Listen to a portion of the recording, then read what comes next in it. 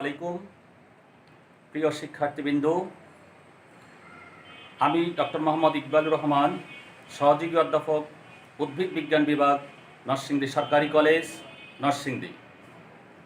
Corona ভাইরাসের কারণে বিশ্বে যে মহামারী দেখা দিয়েছে, বাংলাদেশে এর ব্যাপক প্রভাব পড়েছে। তোমরা নিশ্চয়ই জানো যে করোনা ভাইরাসের কারণে আমাদের দীর্ঘদিন যাবৎ আমরা ক্লাসে স্বাভাবিক পাঠদান করতে পারছি না। এরই পরিপ্রেক্ষিতে নরসিংদী সরকারি কলেজ তোমাদের ক্লাসের সুবিধার জন্য, পাঠদানের সুবিধার জন্য, বাসায় লেখাপড়া করার জন্য আমরা অনলাইন ক্লাসের ব্যবস্থা করেছি।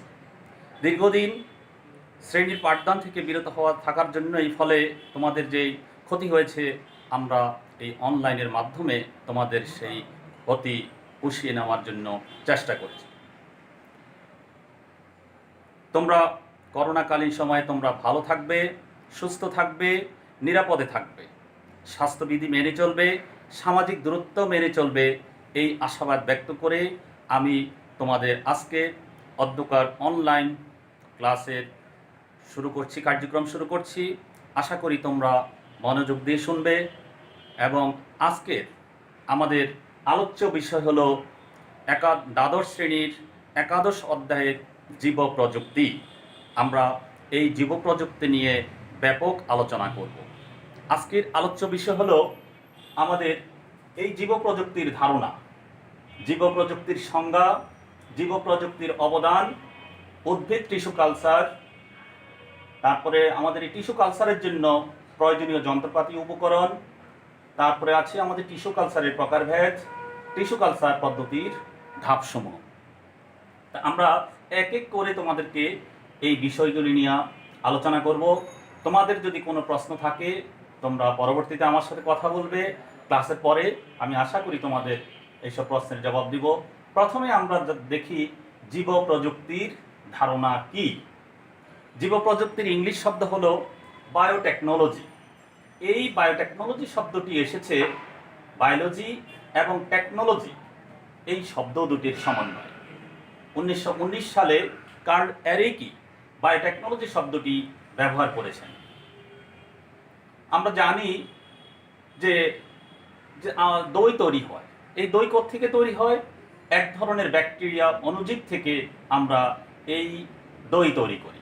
তারপর তোমরা জানো যে অ্যালকোহল তৈরি।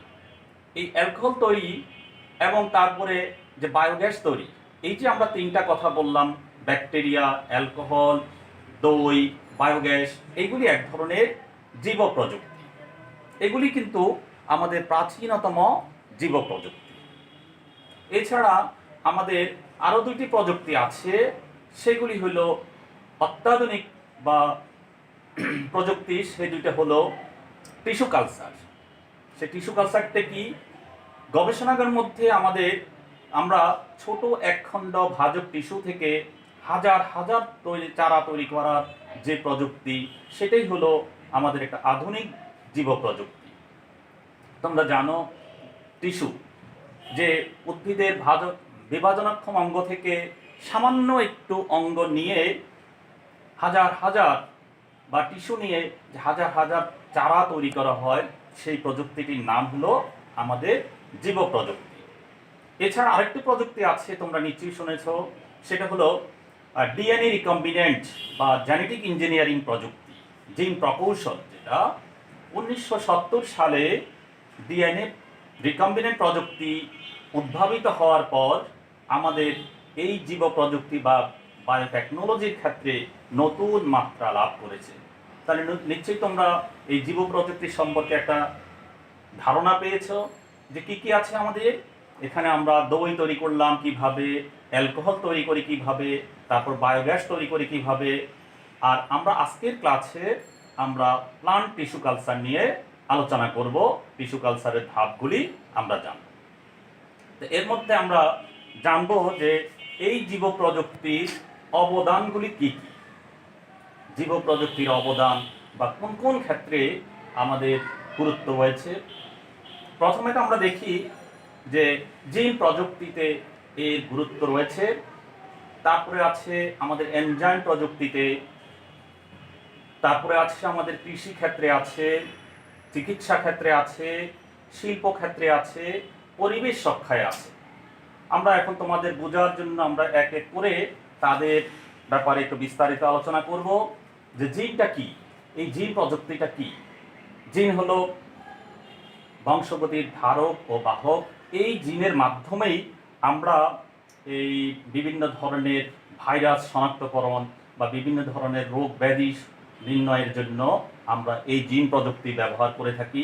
তোমরা জানো যে এই যে বর্তমানে যে করোনা ভাইরাসের কারণে যে দেশে মহামারী দেখা দিয়েছে, এই করোনা ভাইরাস শনাক্তকরণের জন্য আমাদের এই জিন প্রযুক্তিটা ব্যাপক আলোচিত হয়েছে। এছাড়া আমাদের শরীরে যে বিভিন্ন ধরনের জিনগত ব্যাধি আছে এবং সেগুলি শনাক্তকরণের জন্য এবং সেগুলি নিরাময়ের জন্য আমাদের এই জিন প্রযুক্তির ব্যবহার রয়েছে।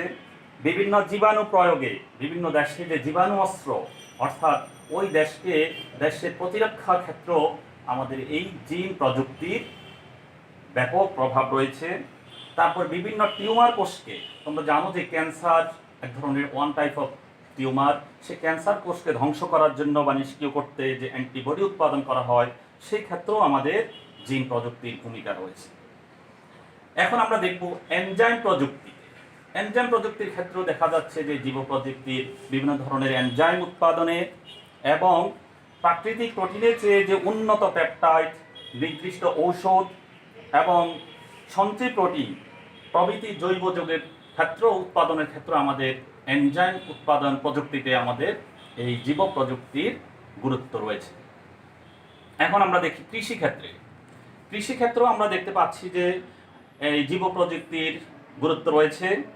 কিভাবে সেটা, এই যে আমরা একটা ছোট বিভাজনক্ষম অঙ্গ থেকে, ভাজক টিস্যু থেকে কিভাবে আমরা পূর্ণাঙ্গ একটি চারা বা হাজার হাজার চারা উৎপন্ন করতে পারি, সেই ক্ষেত্রেও আমরা এই জীব প্রযুক্তির অর্থাৎ টিস্যু কালচারের ক্ষেত্রে আমাদের জীব প্রযুক্তির অবদান রয়েছে। এছাড়া রোগ প্রতিরোধী জাত উৎপাদনের ক্ষেত্রেও আমাদের এই জীব প্রযুক্তির অবদান রয়েছে। এছাড়া আমরা দেখতে পাচ্ছি যে বিভিন্ন ধরনের যে প্রাণীর ক্ষেত্র, যে গবাদি পশু, উন্নত মানের গবাদি পশু উৎপাদন এবং সেই পশু থেকে বেশি পরিমাণে মাংস, সুস্থ সবল গবাদি পশু উদ্ভাবনের ক্ষেত্রেও আমাদের এই জীব প্রযুক্তির ভূমিকা রয়েছে। তারপর 4 নম্বর পয়েন্টে দেখো চিকিৎসা ক্ষেত্রে বিভিন্ন ধরনের জটিল রোগের প্রতিষেধক উৎপাদনের ক্ষেত্রে এবং অ্যান্টিবডি উৎপাদনের ক্ষেত্রেও আমাদের এই জীব প্রযুক্তির ভূমিকা রয়েছে। আমরা যদি দেখি যে উন্নত মানের ঔষধ, লাইফ সেভিং ড্রাগস, তারপরে ক্যান্সার নিরাময়ের জন্য যে বিভিন্ন ধরনের ঔষধ, ভ্যাকসিন উৎপন্ন হচ্ছে, এগুলির ক্ষেত্রেও আমাদের জীব প্রযুক্তির অবদান রয়েছে। এখন আমরা দেখি শিল্পক্ষেত্রে। এই যে শিল্পক্ষেত্রে যে বিভিন্ন ধরনের প্রযুক্তি, অর্থাৎ বিভিন্ন ধরনের যে বর্জ্য নিষ্কাশিত হচ্ছে, তাদেরকে কিভাবে আমরা পরিশোধন করতে পারি, সেটার ক্ষেত্রেও আমরা এই জীব প্রযুক্তির অবদান রয়েছে। এছাড়া অণুজীব থেকে যে আমরা খাদ্য উৎপাদন, সেই ক্ষেত্রেও আমরা জীব প্রযুক্তির গুরুত্ব দেখতে পাচ্ছি। তারপরে লাস্ট পয়েন্ট হলো আমাদের পরিবেশ রক্ষায়। তোমরা জানো আজকে চারিপাশে সারা বিশ্বে পরিবেশের যে বিপর্যয় ঘটছে, এই পরিবেশ বিপর্যয়ের বিভিন্ন কারণগুলি উদ্ঘাটন করার ক্ষেত্রে এবং সে পরিবেশকে রক্ষার জন্য আমাদের যে প্রযুক্তি, সেক্ষেত্রে আমরা জীব প্রযুক্তির গুরুত্ব বা অবদান অনস্বীকার্য। তাহলে তোমরা নিশ্চয়ই বুঝতে পারতেছো যে আমাদের এই জীব প্রযুক্তির অর্থাৎ আমাদের আজকের এই যে চ্যাপ্টারটা আছে, সেই চ্যাপ্টারটা অনেক অনেক গুরুত্বপূর্ণ। কারণ জিন প্রযুক্তির ক্ষেত্রে, এনজাইমের ক্ষেত্রে, কৃষিক্ষেত্রে, চিকিৎসা ক্ষেত্রে, শিল্প ক্ষেত্রে, পরিবেশ রক্ষা, সকল ক্ষেত্রে এই জীব প্রযুক্তির অবদান। তোমরা নিশ্চয়ই এই পয়েন্টগুলি বুঝতে পারছো এবং কোনো কিছু যদি বাকি থাকে, জানার থাকে, পরবর্তীতে আমার সাথে কথা বললে আমি তার উত্তর বা তোমাদের জবাব দিয়ে দিব। এখন আমরা দেখব এই যে টিস্যু কালচার, আমাদের যে প্রথম টপিকটা আজকের আলোচ্য বিষয়, আমরা টিস্যু কালচার করার জন্য আমাদের কি কি যন্ত্রপাতি লাগবে।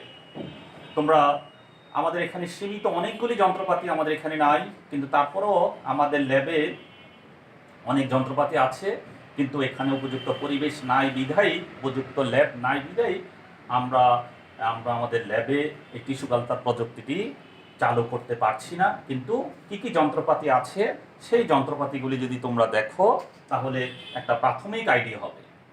প্রথমত হলো ওয়াশিং বাকেট, নিক্তি, অটোক্লেভ, অনুবীক্ষণ যন্ত্র, microtome, refrigerator, centrifuge machine, laminar airflow cabinet, microwave oven, blender, test tube, conical flask, beaker, প্যাট্রি।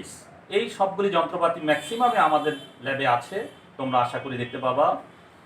এছাড়া আছে আমাদের রাসায়নিক দ্রব্য কি কি আছে, কি কি লাগবে আমাদের। আমাদের টিস্যু কালচার করার জন্য আমাদের একটা কালচার মিডিয়াম তৈরি করতে হয়।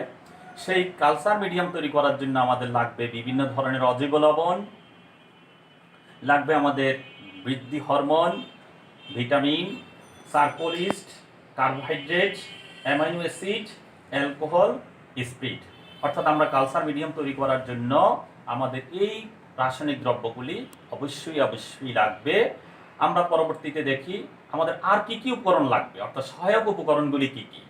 আমাদের লাগবে কাঁচি, চিমটা, surgical blade, spatula, filter paper, aluminium foil, প্লাস্টিকের পাত্র। এই উপকরণগুলি আমরা তোমাদের দেখাতে পারবো, আমাদের ল্যাবে আছে। এখন আমরা টিস্যু কালচার করব, যে বাংলাদেশের বিভিন্ন প্রতিষ্ঠানে আছে টিস্যু কালচার প্রযুক্তি, তারা কিভাবে করে, তারা হাতে কলমে করে দেখে। তোমরা টিস্যু কালচার সম্পর্কে প্রাথমিক একটা ধারণা পেতে হলে আমি কয়েকটা প্রতিষ্ঠানের নাম বলি, যেমন Bangladesh national institute of biotechnology, যেটা সাভারে আছে। তোমরা এই সাভারে, এছাড়া ঢাকা বিশ্ববিদ্যালয় আছে, রাজশাহী বিশ্ববিদ্যালয় আছে, খুলনা বিশ্ববিদ্যালয় আছে, তারপর গাজীপুর কৃষি বিশ্ববিদ্যালয় আছে। এছাড়া এখন অনেক বিশ্ববিদ্যালয়ে, প্রযুক্তি বিশ্ববিদ্যালয়ে, সিলেক্ট প্রযুক্তি বিশ্ববিদ্যালয়ে এই টিস্যু কালচার প্রযুক্তি হাতে কলমে শেখানো হচ্ছে, করা হচ্ছে। আমরা তোমাদেরকে এখন তত্ত্বীয়ভাবে, থিওরিটিক্যালি কিভাবে এই টিস্যু কালচার প্রযুক্তি করানো হয় সেটার ধাপসমূহগুলি দেখো প্রথমে, তারপরে আমি প্রথমে ধাপগুলি দেখো, তারপরে তোমাদেরকে আমি হাতে কলমে সেটা চিত্রের মাধ্যমে দেখিয়ে দিব। প্রথমে দেখো যেটা হলো এক্সপ্লান্ট নির্বাচন, তারপর হলো কালচার মিডিয়াম তৈরি, জীবাণুমুক্তকরণ, মিডিয়ামে এক্সপ্লান্ট স্থাপন, ক্যালাস সৃষ্টি, সংখ্যা বৃদ্ধি, মূল উৎপাদক মাধ্যমে স্থানান্তর ও চারা উৎপাদন, চারা টবে স্থানান্তর, প্রাকৃতিক পরিবেশে তথা মাঠ পর্যায়ে স্থানান্তর। এই কয়েকটা ধাপসমূহ আমাদেরকে উদ্ভিদ টিস্যু কালচার সম্পন্ন করার জন্য আমাদের এই ধাপগুলি অনুসরণ করতে হবে। দেখুন, ধাপসমূহগুলি আলোচনা করার আগে আমরা একটু দেখি উদ্ভিদ টিস্যু কালচারটা কি। এই যে উদ্ভিদের একটা বিভাজনক্ষম অঙ্গ থেকে সামান্য একটু অঙ্গ নিয়ে আমরা যদি মানব কল্যাণের জন্য, অর্থাৎ নতুন করে যে চারা, পূর্ণাঙ্গ রূপে চারা, সমগুণসম্পন্ন চারা উৎপাদন করি, সেই পদ্ধতিটার নামই হলো আমাদের টিস্যু কালচার। তাহলে আমাদের এখানে আমাদের টিস্যু নতুন নতুন শব্দগুলি কি আসছে, প্রথমে আসছে এক্সপ্লান্ট, তারপরে আসছে মিডিয়াম, তারপরে আসছে ক্যালাস। কেমন এই কয়েকটা শব্দ সম্পর্কে তোমাদের সাথে, মিডিয়াম, হ্যাঁ, এই কয়েকটা শব্দ তোমাদের কাছে নতুন মনে হয়েছে। তাহলে প্রথমেই আমি কয়েকটা টার্ম একটু আলোচনা করি। যে প্রথমে হলো আমাদের মাতৃ উদ্ভিদটা কি। মাতৃ উদ্ভিদ হলো যেই উদ্ভিদ থেকে আমরা বিভাজনক্ষম অঙ্গটা নিব, সেই সামান্য ক্ষুদ্রাকৃতির অঙ্গটার নামই হলো আমাদের এক্সপ্লান্ট। তারপর মিডিয়াম হলো কি, যেই পুষ্টি মাধ্যম, এমন একটা পুষ্টি মাধ্যম আমরা তৈরি করব যে মাধ্যমেই এক্সপ্লান্টটা স্থাপন করার ফলে তার সংখ্যা বৃদ্ধি পাবে, অর্থাৎ সে তার উপযোগী খাবার পাবে, সেইটার নাম হলো পুষ্টি মাধ্যম, সেটার নাম হলো মিডিয়াম। তারপর আমাদের আরেকটা শব্দ আসলো ক্যালাস। কি ক্যালাস হলো যখন আমরা বা ল্যাবের মধ্যে এই যে বিভাজন ছোট্ট একটা অঙ্গ স্থাপন করলাম, সেটা যখন সে উপযুক্ত খাদ্য পাবে তখন সে কি করবে, আস্তে আস্তে তার সংখ্যা বৃদ্ধি করবে। একটা থেকে দুইটা, দুইটা থেকে চারটা, চারটা থেকে আটটা, এভাবে অনেকগুলি হয়ে যাবে। তখন আমরা সেই সংখ্যা বৃদ্ধির পর্যায়টাকে বলবো ক্যালাস। তারপরে এই হলো আমাদের তিনটা নতুন শব্দ। আমরা এখন একটা একটা করে তাদেরকে ধাপগুলি তোমাদেরকে বলে দিই। প্রথমে আমি একটা টবে গাছ নিলাম, যে কোনো একটা গাছ। আমার এখান থেকে কাজ হলো সমগুণ সম্পন্ন একটা নতুন উদ্ভিদ সৃষ্টি করা। তো তো এখানে তোমরা দেখো এই যে বিভাজনক্ষম অঙ্গ উদ্ভিদের শীর্ষ মুকুল থেকে, সেখান থেকে আমি সামান্য একটু চিমটা বা নিডেলের মাধ্যমে সামান্য একটা টিস্যু নিলাম, ওটাকে বলা হয় এক্সপ্লান্ট। এই এক্সপ্লান্টটাকে আমি দেখো তৃতীয় ধাপে আমি এটাকে মিডিয়ামের মধ্যে স্থাপন করলাম। যদি সে প্রয়োজনীয় খাদ্য উপাদান পায় তাহলে সে সংখ্যা বৃদ্ধি করবে, এই জন্য এটাকে বলা হয় উপযুক্ত কালচার মিডিয়াম। এখন কয়েকদিন পরে তাকে আমরা কি করলাম, ল্যাবে রেখে দিলাম। রাখার পরে কয়েকদিন পরে দেখলাম যে সেখান থেকে একটা অঙ্গ থেকে সেই সংখ্যা বৃদ্ধি করে অনেকগুলি বিভাজনক্ষম অঙ্গ সৃষ্টি হয়েছে, সেটার নাম হলো ক্যালাস। তারপরে আমরা তাকে দেখলাম যে কয়েকদিন পরে আরেকটা মিডিয়ামে স্থাপন করলাম, দেখা গেল যে সেখানে চারার সৃষ্টি হয়েছে, অর্থাৎ তার কাণ্ডের মতো ভ্রূণমুকুল সৃষ্টি হয়েছে। এখন সেটা কিন্তু ছোট একটা চারার আকৃতি ধারণ করেছে, ছোট্ট একটা অঙ্গ তোমরা দেখতে পাচ্ছ 4 নাম্বার চিত্রের মধ্যে, সেখানে একটা ছোট চারার সৃষ্টি হয়েছে। কয়েকদিন পরে আমরা এই ছোট চারাকে আমাদের এখন গাছ সৃষ্টির জন্য আমাদের কি লাগবে, মূল তো সৃষ্টি করতে হবে। এই মূল সৃষ্টির জন্য আমরা তাকে কি করব, আরেকটা উপযুক্ত মিডিয়ামে স্থাপন করব মূল সৃষ্টির জন্য। দেখা গেল যে তাকে যখন পরবর্তী মিডিয়ামে স্থাপন করলাম, সেই ছোট চারা থেকে দেখা গেল যে আস্তে আস্তে ছোট মূল সৃষ্টি হয়েছে। আস্তে আস্তে যখন মূল সৃষ্টি হয়ে গেল, উপরে আমরা কাণ্ডের মতো পাতা বা কাণ্ডের আকৃতি দেখলাম, নিচে মূল দেখলাম। তার মানে কি আমরা এখন এই ছোট্ট একটা অঙ্গ থেকে লাস্ট স্টেজে দেখো আমরা কয়েকটা উদ্ভিদ পেয়ে গেলাম, অর্থাৎ মূল সৃষ্টির মাধ্যমে আমরা একটা ছোট চারা বা ছোট নতুন উদ্ভিদ পেয়ে গেলাম। তারপরে পরবর্তীতে আমরা কি করলাম, এই ছোট উদ্ভিদ সহ মূল সহ এই উদ্ভিদটাকে, ছোট উদ্ভিদটাকে বাগানে বা বিভিন্ন টবে স্থাপন করলাম। দেখা যাচ্ছে যে এই যে নতুন যে চারাগুলি বা গাছগুলো উৎপন্ন হলে সেগুলি পুরাতন যে মাতৃ উদ্ভিদ ছিল তার হুবহু অনুকূল, একদম অনুরূপ উদ্ভিদের সৃষ্টি হয়েছে।